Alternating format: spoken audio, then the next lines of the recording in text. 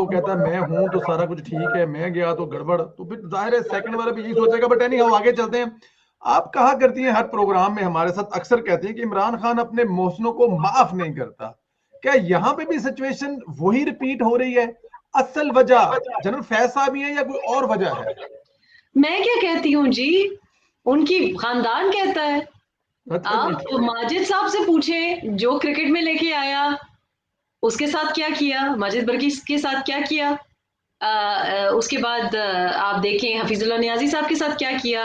اکبر S Babar founding ممبر جو ساری تگ و دو کرتے تھے، ان کے تمام گناہوں پہ پردے بھی ڈالتے تھے، کس طریقے سے انہوں نے دن رات ایک کیا، ان کے ساتھ کیا کیا.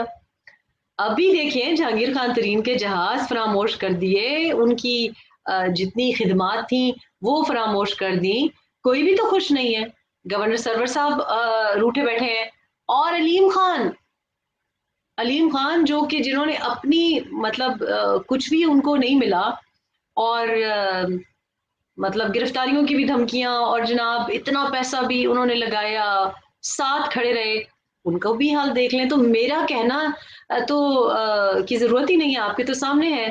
اور جنرل باجوہ صاحب کے ساتھ بھی یہ ان کی عادت ہے، یہ موسم کش ہیں، جنہوں نے ان کے ساتھ مہربانی کی ہے، جنہوں نے ان کی اصلاح کرنے کی کوشش کی ہے، جو ان کے ساتھ کھڑا ہوا ہے، جنہوں نے ان سے پیار سے اور تمیز سے بات کی ہے اور ان کو راہ راست پہ لانے کی کوشش کی ہے، وہ ایک ایک بندہ انہوں نے اپنے سے دور کیا ہے اور اس کی بات نہیں سنتے.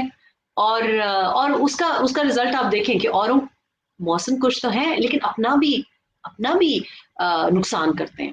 تو جنرل باجوہ صاحب کو بھی اب سمجھ آ گئی ہوگی. بالکل ٹھیک ہے. اچھا ہمارے پاس ویسے کلپس ایک اور بھی ہے، لیکن اس میں چلیں اب اتنا ٹائم. صحافی جو سینئر ہیں، ابھی ذکر بھی کیا آپ نے حفیظ النیازی صاحب نے، انہوں نے کہا کہ عمران خان سال آئندہ مارچ، ان کا دعویٰ، ان کا بھی لوگ آپ نے سنا گا کہ آئندہ سال مارچ تک جنرل باجوہ کو ہٹا کر جنرل فیض کو آرمی چیف لگانا چاہتے ہیں. مطلب جس پر زیادہ معاملات خراب ہوئے جب یہ خبر باہر نکلی، اس پر آپ کی کیا رائے ہے؟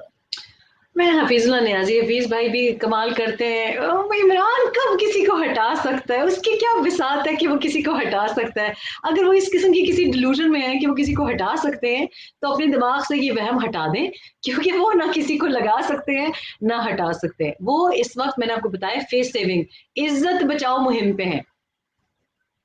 وہ اس وقت کسی کو ہٹا نہیں سکتے، ہاں اپنے کو بچانا چاہتے ہیں، اپنی پوزیشن کو بچانا چاہتے ہیں، اور اس کے لیے ان کو کچھ برادرلی لو کی زیادہ ضرورت ہے.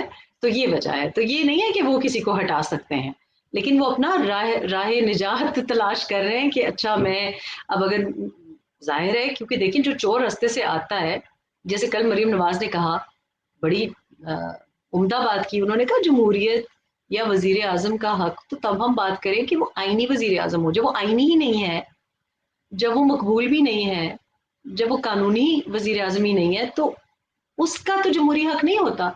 تو جب آپ کو پتا ہے کہ کسی کے کندھوں پہ آپ آئے ہیں تو آپ کو پھر ان کی ضرورت ہوتی ہے، اور جب وہ آپ سے دور ہو جاتے ہیں، جب آپ کو لگتا ہے کہ آپ مزید فیضیاب نہیں ہونے جا رہے، تو پھر آپ اپنے کو بچانے کی سوچ رہے ہوتے ہیں. اوروں کو ہٹانے کی آپ کی کہاں بساط ہے؟ بالکل ٹھیک.